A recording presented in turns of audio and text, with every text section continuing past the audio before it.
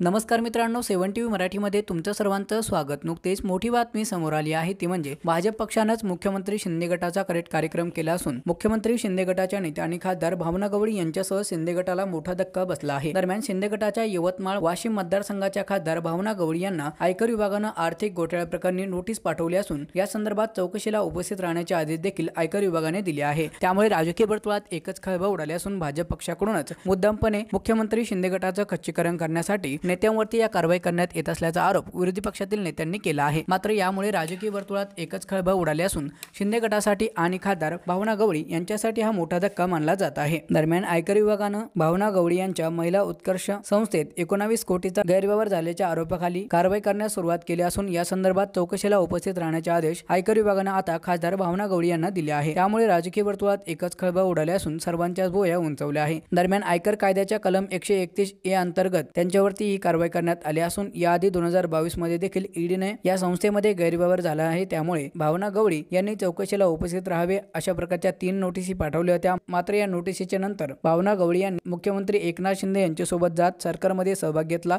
तेव्हापासून त्यांच्यावरची कारवाई टळली होती। मात्र आता पुन्हा एकदा भावना गवळी यांना आयकर विभागाने नोटीस पाठवल्यानं राजकीय वर्तुळात एकच खळबळ उडाली असून भाजप पक्षच मुख्यमंत्री शिंदे गटाचं खच्चीकरण करण्याचं काम करत असल्याचा आरोप विरोधी पक्षातील नेत्यांकडून करण्यात येत आहे।